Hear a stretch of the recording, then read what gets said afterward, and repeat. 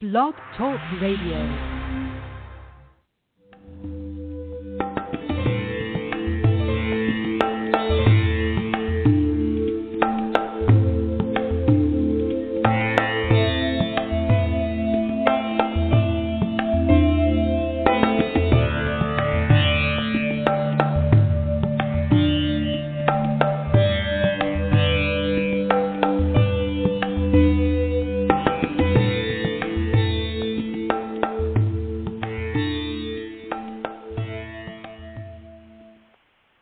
Hi, everyone. Welcome to The Wellness Coach on Blog Talk Radio. I'm your host, Edie Summers, and I am really excited for our very special guest today, Marc David.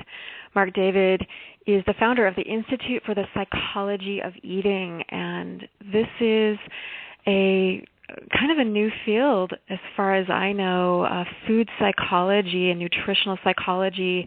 This is a fascinating area.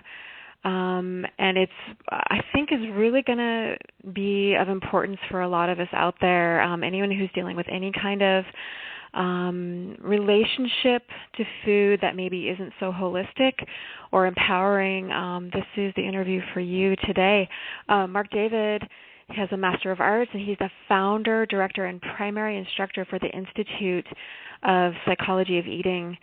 He's a visionary leader and teacher in nutritional psychology, and Marc is the author of the two classic and acclaimed best-selling books, The Slow Down Diet, Eating for Pleasure, Energy, and Weight Loss, and also Nourishing Wisdom, a mind-body approach to nutrition and well-being.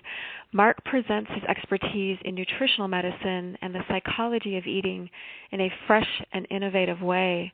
His humorous, engaging, and informative speaking style have made him a popular and well-loved presenter, and his non-dogmatic approach to nutrition appeals to a wide audience of eaters who are looking for positive, inspiring, and innovative messages about food and metabolism. The powerful body of work presented at the Institute is a result of over 3 decades of Marc's research, inquiry, and clinical experience that were driven by one compelling question: how can we combine the best of nutritional science and eating psychology to serve people in a profound and truly effective way? And Marc is on the line here. I'm going to bring him on in just a few minutes, but I just want to give you a few more kind of nuggets of information about Marc before I bring him on. Like I mentioned, he's a best-selling author of the works Nourishing Wisdom and The Slow Down Diet. His work has been featured on CNN, NBC, and numerous other media outlets. His books have been translated into over 10 languages, and his approach appeals to a wide audience of eaters who are looking for fresh, inspiring, and innovative messages about food, body, and soul. And the Institute for the Psychology of Eating is the world's only teaching organization dedicated to a forward-thinking, positive, and holistic approach to nutritional psychology. And there's so much more that I could say about this, but I think the best thing to do is just bring Marc on and welcome him into the studio, and let's just get the conversation going about how we can develop a new and holistic approach to our relationship with food. So, Marc, I want to thank you so much for being here today. How are you? Thank you for having me here. Can you hear me okay? I can, thank you. Well, Beautiful. Thank you for being Great. here. It's such an honor, and I have to tell you, Marc, I studied a little bit of food psychology back in the days when you were with the Spencer Institute briefly, and I have to tell you, I was riveted by the information that I was learning, and I think that you're obviously the best person to talk about food psychology. I was just wondering if you could give us an overview about what is eating psychology and food psychology anyway, so people have a better understanding of where we're coming from. Well, I think it's really helpful to, in a strange way, start with what it isn't. A lot of people hear eating psychology and they think eating disorders, and they think anorexia, and they think bulimia, or they think an extreme clinical problem that you need intensive therapy for. And yeah, there is a small percentage of the population that has an eating disorder and needs intensive help. But then there's this other group of people called the rest of us, and this is the other 98% of humans who don't have a clinical eating disorder, but we have a relationship with food, and we might overeat every once in a while. We might binge eat. Some of us emotionally eat. Some of us have just all kinds of different food habits, eating habits that we don't like. There's people who want to lose 40 pounds. There's people who want to lose 4 pounds right from this part of my body. There's people with body image issues. So eating psychology, I developed the field I call dynamic eating psychology, indeed as an eating psychology for everyone, for anyone who eats. And, the beauty of it is most people tend to think, well, what am I doing wrong? And how come I have this terrible problem? I overeat, or I can't control my appetite. And we invariably tend to look at these things as a problem and as something that needs to be fixed. And dynamic eating psychology looks at any challenge you have with food or body or weight really as an opportunity to grow, as an opportunity to look at yourself, because chances are whatever the eating issue is, there's always a good reason for it. Sometimes it's a good emotional reason. Sometimes it's actually a good physiologic reason for what's going on. So instead of beating ourselves up because I overate, we might want to look at, okay, well, what kinds of foods am I eating, or when am I eating, or am I starving myself throughout the day? That'll cause me to overeat at some point. Or am I dealing with a stress at work that I really haven't addressed? That might cause me to overeat. So again, instead of somebody saying, oh my God, I have this terrible problem, I have to fight it, I have to beat it with a stick, it's more about looking at any eating challenge, any unwanted eating habit, again, as just a beautiful doorway to see, how do I better myself? So well said. Make sense?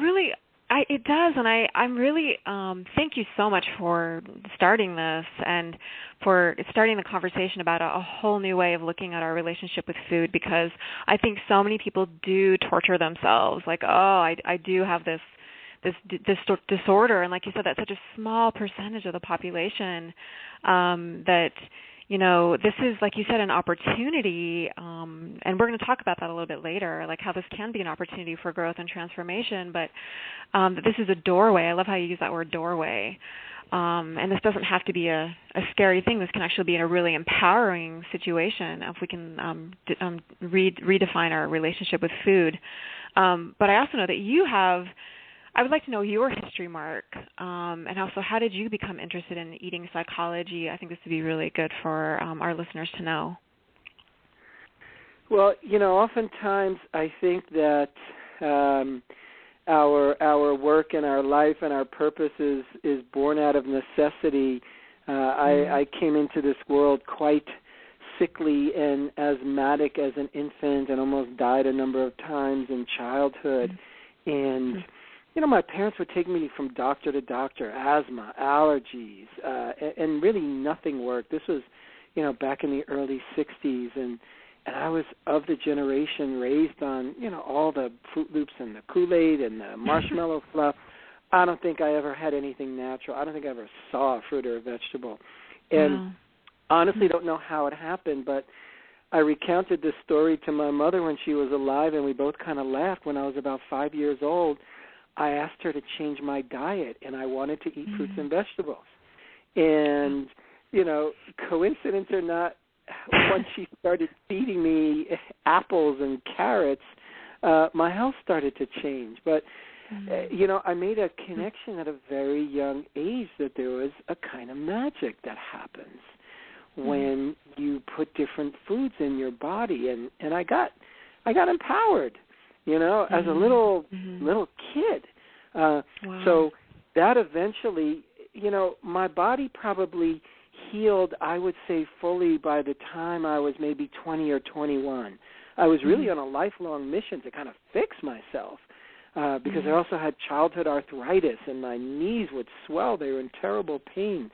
And then I started working in the nutrition field as a professional, again at a pretty young age. And here's what happened. I quickly noticed that no matter how much nutrition I knew, and this was back in the very late 70s, early 80s, when there wasn't a lot of nutrition books to read.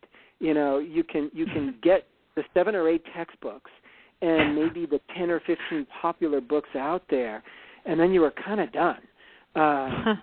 So there wasn't a lot, and I just started realizing no matter how much I knew, when working with a client, people would often come back and say, yeah, you told me what to eat. I know what I was supposed to do. I just didn't do it. Yeah. And a lot of my clients were very smart people. They were motivated people. And I quickly realized, my goodness, good nutrition is good, but it can't help people in their resistance. It can't help people in those who are like hating their bodies. I couldn't understand that. So I decided, hey, I want to study eating psychology. And I looked around and there wasn't any. And again, this was in 1982 or 1983. There was one clinic in the United States that would let me do an internship, but it was all about anorexia. There literally was not a place to study eating psychology. I just wanted to read a book. And I remember thinking, if I can't find the book that I want to read, at some point I'm going to write it. And that just put me on a fanatic, 8 or 9 years to learn psychology and to begin to apply it to eating challenges and start to work with people and literally experiment and see what worked and what didn't. So that's kind of how it came about for me. I was just on this fanatic search to understand, how the mind impacts us when it comes to our relationship with food, and also how the mind impacts the body as well. And I so well said. I know we're going to get into that, like some of the ways that we can, through our literally our mind, kind of change our relationship with food, and how it can literally impact how food is digested and all of that.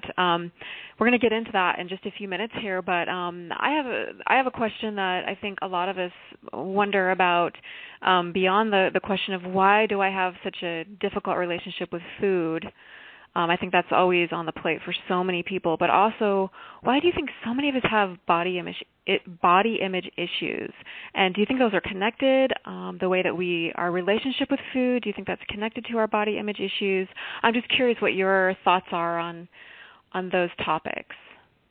Yeah, I think it's all a nice big melting pot where everything gets thrown into the recipe and sort of influences the flavor and the taste. So, a big piece of it is we are, whether we believe it or not, we are intensely driven, influenced, impacted by, and dare I say brainwashed by the images that come through the media, come through the culture, come through the airwaves, come on the internet and in the magazines and on TV and in the videos. And from a very young age, we are shown the ideals of what it should look like, what your body should look like in order for you to be, if you're a man, in order for you to be acceptable and attractive to women, and if you're a woman, in order to be loved and be desired by men. And these images are reinforced moment after moment after moment through just every possible media outlet one can imagine. And this impacts us deeply. Just as, to me, all the violent imagery of video games and movies and TVs also impact the psyche in a very profound way. But we're also told that, my goodness, if you don't have the perfect body, and if it doesn't have this perfect shape and this perfect weight, what are you going to do? Because otherwise you're not going to be in the in crowd. And lo and behold, the royal road that we're given to kind of shapeshift your body is dieting and exercise. I can exercise my brains out. I can diet and lose weight. So all of a sudden, the power is back in your hands, or so it seems. So many people see food as a way to achieve my perfect body, or the control of food, or the control of appetite. I think we also become more disconnected from our, or I should say, our body image becomes so challenged when we are kind of disconnected from the body. A lot of us are taught to spend a majority of our time living in our head. The body is kind of a life support system for your head. So we sit in front of the computer and we're not outside, we're not in nature, we're not feeling ourselves. We don't even, a lot of people, they say they love food, they don't even taste it because we eat so fast. So there's a lot of disconnection from the body. We don't even realize it. We don't even know it.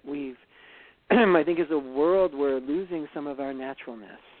We're losing our kind of animal or instinctive nature. And when that happens, the mind becomes more distorted. And then the mind begins to think about the body and think about what the body has to do to feel good, as opposed to just letting the body feel good. You can feel good, walking barefoot outside. You can feel good, just having the sun on your skin. You can feel good taking a walk. But if we're so disconnected, then the message is, well, you can feel good if you're really beautiful, and you can feel good if you have more money, and if you have this nice car. So we chase things outside of ourselves to feel good, and all we have to do is sit down and breathe, and you can feel good.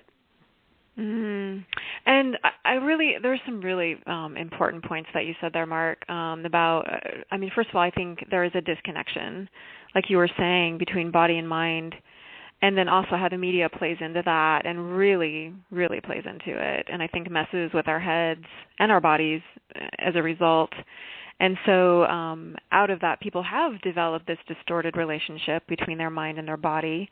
And that's what I love about what you do, because it helps to heal that connection, and it helps to bring back about a holistic connection between mind and body. And we're going to get into this with literally how you eat and when you eat, and you were saying that sometimes food issues are because of maybe of stress. Sometimes they're because of our minds and how we're thinking, and sometimes it's because of stressful situations. And my hope for people is that they begin to develop a new relationship with food and realize that it's not the enemy, and also that their bodies aren't the enemy.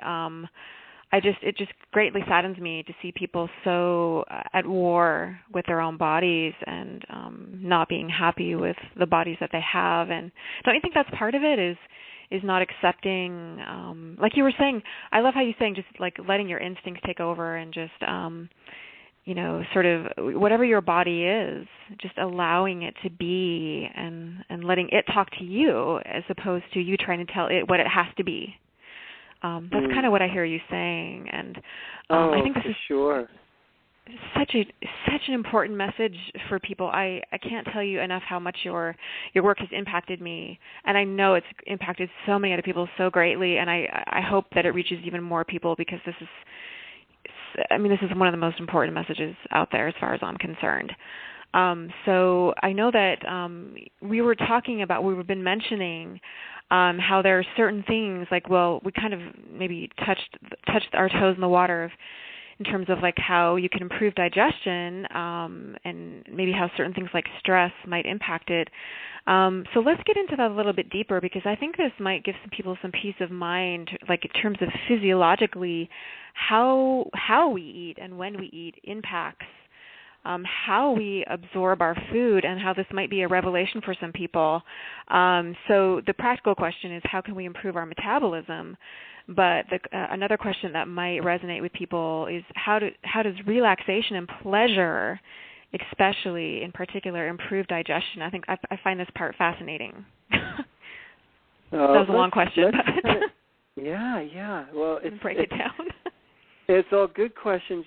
I think first and foremost, we have to begin by understanding that when it comes to this thing called nutrition and health and a healthy metabolism, food is, what we eat is such a huge part of the equation. It's absolutely huge. And this is not headline news for most people.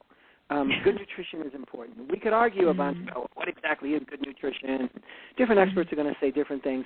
But at the very least, most would agree, wow, the right nutrition is so important for health. But what I'd like to say is that is about half of the story of good nutrition, is what you eat. And the other half of the story is who we are as eaters, meaning what is happening in my mind, what is happening inside of me, my psyche, my emotions, my feelings, and hence my body, what's going on, because this vehicle that I live in will inform how the food it consumes is actually utilized. So it's no different, if you're sitting by a window and you look out into the street and you see a bunch of cars, we could all agree that, well, this car over here, that car gets 60 miles to the gallon, but that car only gets 20 miles to the gallon, and that car might get 80 miles to the gallon. Well, what we're saying is you put the same gas, you put the same fuel in every one of those cars, and it just so happens that because each of those cars is different, it will metabolize and use that fuel differently. You can have a car that normally gets 40 miles to the gallon, but if it's not running right, there's something wrong, and might only get half that much. The human body is similar. The human body is kind of preparing itself during any meal to digest and assimilate and pulverize that food. And what happens is that we are profoundly, our digestion is, believe it or not, our calorie burning is profoundly influenced by thoughts, feelings, beliefs, most specifically, and this is easily seen, and we've known this probably since the 1920s, most easily seen in the stress and relaxation response. So in stress and relaxation physiology, you can think of life, you could think of the brain, you could think of physiology or the nervous system as divided into two halves. We have left brain and right brain. We have a masculine and a feminine side, so to speak. Are you still with me? I am, yes. Yes, great. Okay, so we have this thing called stress and relaxation physiology. The stress response really was an evolutionary mechanism. It was developed eons ago such that when the lion is chasing you, your heart rate goes up and your blood pressure goes up and blood moves away from your midsection and it goes to your arms and legs for quick fighting and fleeing, and it rushes to your head for quick thinking. And in the moments that a lion is chasing you, your digestion is completely shut down. Because if I'm fighting for my life, I don't need to be digesting my breakfast cereal. All your metabolic energy wants to go into survival. So here's the thing. Stress, scientific definition of stress, it's any real or imagined threat and the body's response to that threat. So I can have a lion chasing me, and I can go into a full-blown stress response, which will cause me to be a very powerful, lean, calorie-burning machine for about 3 to 4 minutes, because nature knows you have 3 to 4 minutes when, an attacker is chasing you. So your metabolism is speeded up, your digestion is completely shut down, but it's a graded response. You could be in mild stress, which means you'd be in mild digestive shutdown. So the point is this: you could be sitting home or at work, and you could be feeling miserable and upset and stressed for 100 different normal reasons, and that will start to deplete your digestive capacity. Blood flow to your gut can be 4 times as less. You'll be excreting nutrients literally as you eat. And by the way, the simple science is that when the stress response is activated, that means our sympathetic nervous system is turned on, which means digestion is turned off. It's just a hard wiring. Now, conversely, when you and I are relaxed, our parasympathetic nervous system is dominant, and when the parasympathetic nervous switch comes on in our nervous system, we're in full healthy digestion, assimilation, and day in, day out calorie burning power. So again, the point is you could be eating the healthiest food in the universe, but if you're not under the optimum state of digestion and assimilation, which is relaxation, the physiologic relaxation response, parasympathetic nervous system dominance. If you're not in that state, you are literally not getting the full nutritional value of your meal. You are literally excreting nutrition. It's kind of profound. So there's a lot of people walking around there who have digestive symptoms or who have all kinds of health issues that are related to nutritional metabolism, but it's all coming from they don't know how to modulate their body and bring on a relaxation response when necessary. And I just wanted to say here, Marc, I think this is an extremely important point, and I've noticed this in also populations where people deal with even because you can be stressed out for many reasons. I definitely have experienced this with chronic fatigue. Like I need to stay in the relaxation response as much as possible in order to feel my appetite at all. But isn't it stressful to be thinking that you don't have a good body, or like if stressing about body image or stressing about food? I mean, that's part of the issue right there, isn't it? That's why it's holistic. Well, bingo, absolutely, because remember the scientific definition of stress is a real or imagined threat. Mm-hmm. So if I'm angry chronically at my mother, if I hate my life, if I don't like my body, if I'm dissatisfied with who I am and how much money I make, that's anxiety, that's fear, that's stress. It's all the same thing. Anger will cause stress. Judgment equals stress in the body. We don't usually think of it like that. If I'm hating on my body, I'm literally attacking it with my thoughts. Any moment the brain perceives attack, it will go into some degree of stress chemistry. You know, science hasn't fully gone into this and dived into it because it would kind of put us face to face, I think, with really who we are and how we're impacting our body moment to moment to moment. But the reality is, you know, anytime we're in stress chemistry, you're producing more insulin, you're producing more cortisol. Both of those substances, when you are secreting them, creating them day in, day out, chronically elevated, they will most commonly signal the body to store weight and store fat and not build muscle. Just the opposite effect of what most people who want to lose weight would want to have. So the point is, you cannot. It is an oxymoron to think I will stress myself into losing weight. Now, are there people who do that? Absolutely. But when you stress yourself into losing weight, first of all, it's probably a smaller percentage of people who accomplish that. Next, it is generally not sustainable. You know, the statistics show that 99% of all people who lose weight on a weight loss diet gain it back. So the I will stress myself and hate myself into losing weight strategy isn't sustainable. Because it usually, and even if you did sustain it, most people end up just still in a place of stress. And, oh, my God, I can't gain the weight back now. So they're still worrying about it. Right. They're in a state of misery. And, okay, you lost a bunch of pounds, but you're miserable. You were miserable losing it, and now you're unhappy now that you're going to gain it back. What is the point?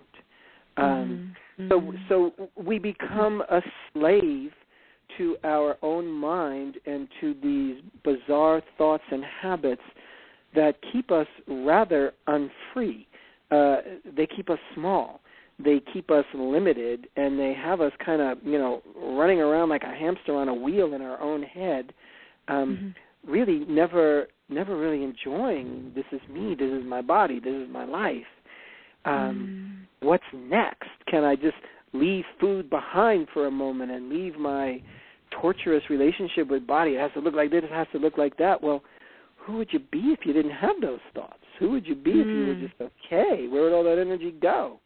Oh, yes. Where would all that energy go? And that leads me to the question of how does pleasure improve digestion? I mean, correct me if I have this fact wrong, but I think I remember this from when I studied through certification with you is it 40% of food is digested because we enjoy it?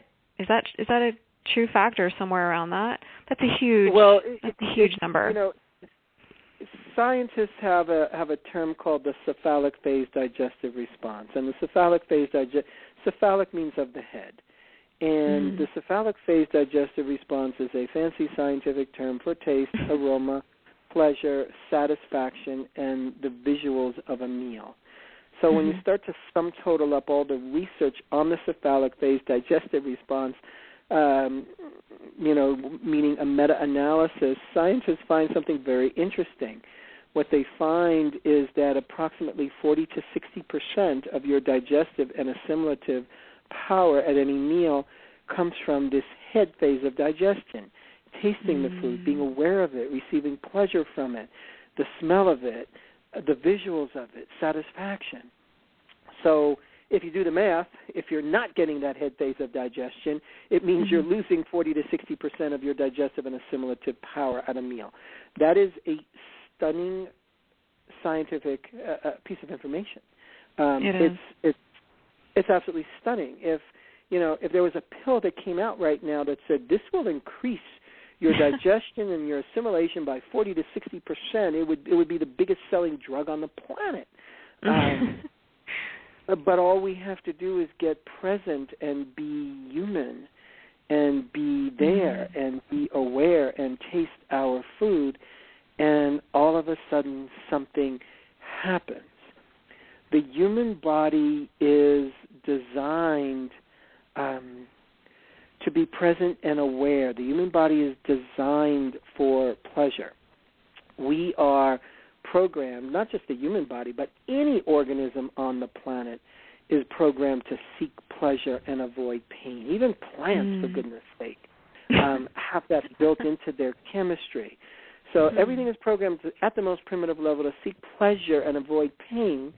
And for humans, when you don't get the pleasure you're seeking from food, when that feeling of pleasure reduction in the body doesn't happen, meaning when the brain can't say, received the pleasure I was looking for, it continues to look for it. And huge the point, way it continues to look for it is it says, hungry. So if you ever had the experience where you ate a big meal, and it might have been your favorite meal, but you were stressed, you weren't paying attention, you were on your cell phone, you were talking to people, and you finished this big meal that was your favorite meal, and you're still hungry. Your belly might be a little full, but your mouth is hungry.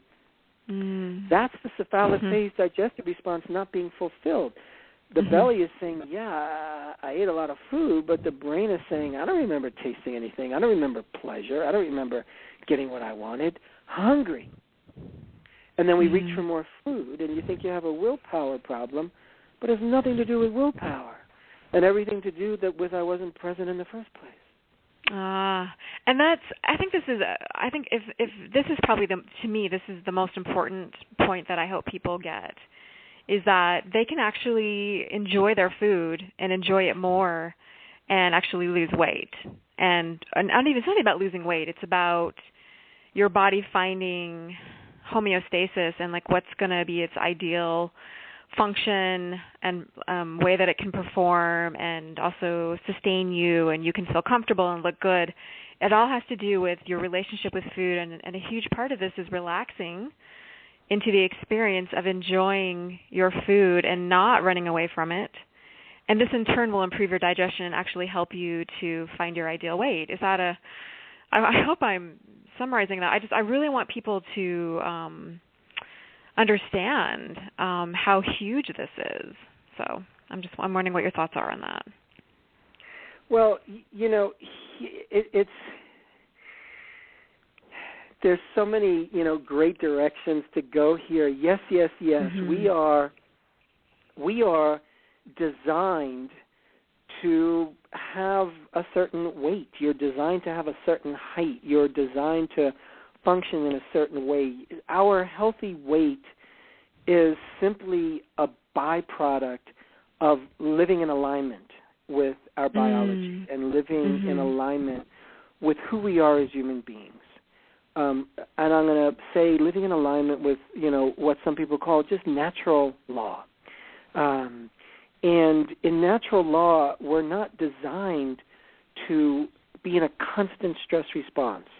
We are not designed to be constantly living in anxiety, fear, hate, mistrust, hatred of self, hatred of others, judgment of self, judgment of others. That's not our natural state. We are designed, yes, to be in stress, fear, and anxiety when there's a threat. If you watch an animal in nature, I've traveled to Africa a bunch of times and have seen, a predator, a big hyena, come into a big herd of springbok. It's like a bunch of deer. And those deer previously, those springbok were just hanging around, munching on grass, having a grand old time, not a care in the world. And then the hyena comes, and hundreds of springbok will go crazy. They're running like mad because that hyena is looking for a meal. And you have a lot of stressed out springboks. And as soon as the hyena catches one of them, the rest will all stop, and they'll go back to munching on grass, even though 10 feet away your brother or your cousin's getting eaten. Because those animals know, okay, hyena got his meal, I can relax now. Right. So in nature, animals immediately let go of a stress response when they don't need it anymore. Humans carry that stress. And when we artificially live outside of how biology intends us to live, health becomes challenged. Digestion becomes challenged. Weight can become challenged. Symptoms start to show up. So we reach our natural weight when we start to live as our natural self. So we are meant to be creatures who breathe, who take in the sun, who eat food that's grown, in accordance with how things truly come from the earth. It doesn't mean you only have to eat fruits off of a tree, but there's a way to produce foods naturally that are in alignment with our biology, with our genetics. So we've fallen away from that. So when you add up all the crazy stressors and the crazy beliefs and the amount of time we spend sitting down and consuming media that's kind of toxic, and pursuing oftentimes life pursuits that are kind of empty, it makes sense that the body would become a little distorted. It makes sense that the body would fall out of alignment, and for a lot of humans, it often means gaining weight. And that, so again, I hope people are listening to that, because it's really important that we stop sort of torturing ourselves with, this is my fault, and I have a bad relationship with food, and it's really not. It's more about realigning mind with body and redeveloping your relationship with food. And so that kind of leads me to my question of what is mind-body nutrition? And I'm not sure where I got this question from, Marc, but maybe I read it on your website. But is this related because of the mind part? Well, yeah. So mind-body nutrition is a field that I essentially originated over the years, which addresses how, indeed, half of the story of what we eat is good nutrition, meaning from the outside in. The outside in meaning I eat this food, I drink this liquid, I take this herb or this supplement. That's outside in nutrition. 99% of the field of nutrition for decades has been outside in nutrition. Mind-body nutrition is the other half. It's inside out. So it's the study, it's the psychophysiology of how our thoughts, our feelings, our beliefs, our level of stress, relaxation, pleasure, awareness, the story we tell ourselves, how all of that is literally impacting our metabolism, literally impacting our physiology, literally impacting digestion, as well as calorie burning capacity. So it's the global term for the study of how mind and emotions impact the body when it comes to nutrition. So another way of saying that is good nutrition is not enough for good nutrition. You have to look at who you are. So something. So mind-body nutrition includes, for instance, meal timing. You can eat the healthiest food, but if the bulk of your meals, if the bulk of your food, the bulk of your calories, let's say, is being eaten from 8 o'clock onwards at night, there's a darn good chance you're going to gain weight. And, you know, it's a very typical study. Researchers will take a group of people, they'll put them on a 2,000-calorie diet, but the group of people can only eat that 2,000-calorie diet at breakfast, and the rest of the day they're not eating anything, and those people will lose weight or maintain it. You take those exact same people, and you give them the exact same 2,000 calories, and they can only eat it in the late evening, everybody gains weight. Same food and same person, but it's something different happens in the body. So the point is, and this is no secret really to science, that we are creatures of rhythm. We are dramatically and scientifically attuned to the rhythms of the sun, to the to circadian rhythms, to biocircadian cycles. So it makes sense that we would digest and assimilate and calorie burn differently at different times during the day, and that's how, for instance, sumo wrestlers. You know, when you go into ancient Japan, how did sumo wrestlers gain all that weight? There was no, Ben and Jerry's ice cream. There was no junk food back then. What they would do is they would eat more food for sure, but they would eat it late at night. They would wake themselves up at 2 or 3 in the morning and eat food. Understanding that metabolism is slowest in the late evening hours. So this is all using the mind, in this case, to understand how the body works. Now, it doesn't mean if you eat food late in the evening you're going to gain weight. It really depends on what you've eaten in the rest of your day and sort of your exercise schedule. But I'm saying, there's a huge group of people who do everything they can to lose weight and they don't lose it. And when you're stuck like that oftentimes is a group of people who are starving themselves at breakfast and lunch, and because they think, oh my God, if I don't eat food, then I'm going to lose weight. But what happens is the body will go into a version of the stress response called the survival response, where your body thinks it's on a desert island, so it'll slow down metabolism. And then you eat your food late at night because you're finally really hungry. A, your metabolism is slowed down because your body thinks it's starving. B, your metabolism, digestive and calorie burning wise, is slower in the evening anyways. So it's a perfect recipe for weight gain. If you gave me $1 million and gave me 100 people and said, here, make them gain weight as fast as you can, I would starve them during the day and have them eat a lot of junk food at night. And doesn't that also include that? It also comes back to the stress response and that fear mentality of like, oh, I'm too afraid to eat food during the day, but that's when your body needs it. That's when your mind needs it too, for that matter, to fuel your brain. And so it's also again about just allowing your body to give your body what it needs and let your body take care of balancing it out. That's what I hear you saying.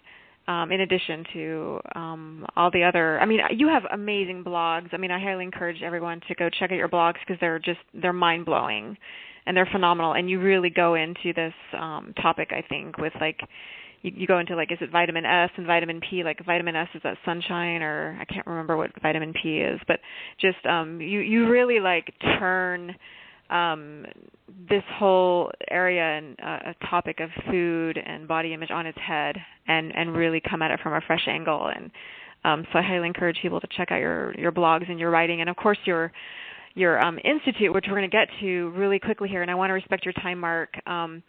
So I just wanted to ask you maybe just a few more questions. I think this is a really important one. How can our food challenges be an opportunity for growth and transformation? You kind of hinted at this at the beginning. I'm wondering if you have any, like, maybe this could be tied in with a takeaway.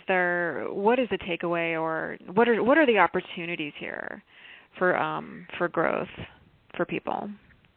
Well, I think the opportunity here is to take control back of mind and heart and soul and realize that we're not here to fight self. It's kind of a silly activity. You're not the enemy to yourself. Your body is not your enemy. And we often spend a lot of time in self-critique and in self-attack and in self-judgment and self-hate. And the opportunity is to learn to let that go. Because as you let that go, you become a more empowered human. You become a happier human. You become a more effective human. You become a more abundant human. And the things you actually want start to come to you. It is harder to express ourselves in the world most fully when we're constantly tearing ourselves down internally. You know, if your friends said even 5 of the things that you say to yourself on a daily basis, they probably wouldn't be your friends, you know, in terms of all the negative self-talk we have in our heads. So the opportunity here is really to learn to be in alignment with self, to learn self-love, to learn self-respect, to learn self-dignity, and to let go of the self-imposed nonsense that holds us back and begin to step into our potential. Plain and simple. So food offers a beautiful way to do that, because so many of us find that, wow, the food and body thing, that's where I'm all knotted up. That's where I'm stuck. That's where I'm all upset at myself. Great. Then that's the place you work. So well said. And I wanted to get to your books, but I think it's more important I want to ask you about how did you start, or why did you start the Institute for the Psychology of Eating? Can you tell us about it? And also, if anyone's interested in pursuing eating psychology as a career, how would they go about that? Because it's a fantastic field. Yeah, thanks for asking. So, you know, I started the Institute for the Psychology of Eating maybe about 8 years ago. I was traveling around just everywhere around the country and around the world, and I got a little bit tired being on an airplane so much. And I thought, well, okay, it's time to stay in one place and start a learning organization. You know, really, truly, I wanted to teach especially professionals how to do the work I was doing, because I was just having tremendous success with clients over the decades with overeating and binge eating and weight and body image and emotional eating, and even all the, you know, nutrition-related health concerns like digestion, immunity, fatigue, mood, and more. I was having, you know, very unusual success with the techniques and the strategies and the approaches and the protocols that I've been doing over the years. So I started the Institute and started what we call the Eating Psychology Coach Certification Training, and it's grown to be an online training over the years. So it's a distance learning training. We have many hundreds of students from all over the world who study with us for this 8-month training. It's a certification training. It's hundreds of hours, and it's an audio, video, slideshow, hundreds and hundreds of pages of handouts, case studies. It's just very compelling material. We have live teleclasses. We have an optional live event at the end of the training. So it's very powerful. It's very life-changing. You know, for people who are career changers or students, it's, you know, obviously an amazing body of work to learn. And we also have so many people who are already a helping professional of some kind, and it takes your practice and your work with clients to really a whole new place. So, you know, people can go to psychologyofeating.com. That's the website. Or you can also email us at info@psychologyofeating.com. And, you know, we have also online programs for the public as well, for those who aren't interested in, you know, doing this work as a professional but want to really sort of turbocharge your own relationship with food.